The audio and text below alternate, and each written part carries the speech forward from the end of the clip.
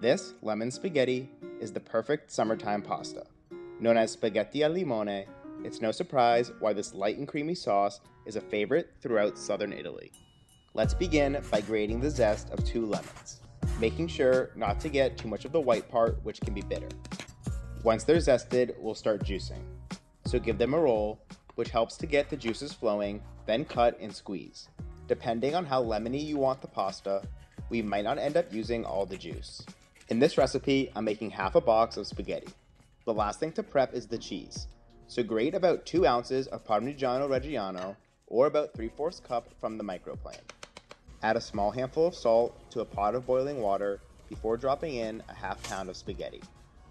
While the pasta cooks, we'll start the sauce.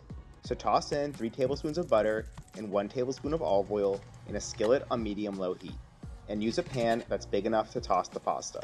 Once the butter is melted, drop in half of the lemon zest, saving the rest for garnish. Fry the zest for about 1 minute or until it has a very light golden color, and then turn the heat off until the pasta is ready. Cook the pasta for about 1 minute less than it says in the box, so it's rather al dente, and place it directly in the pan where we'll finish the cooking process. Keep the stove on the lowest heat and first coat the pasta completely in the butter and oil. Then spoon in a ladleful of the pasta water and pour in about half of the lemon juice. Slowly mix that together so it doesn't splatter.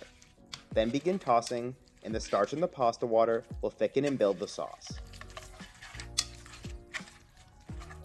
After about a minute or 2, most of the liquid should have been absorbed, and that's a good time to add your first handful of cheese.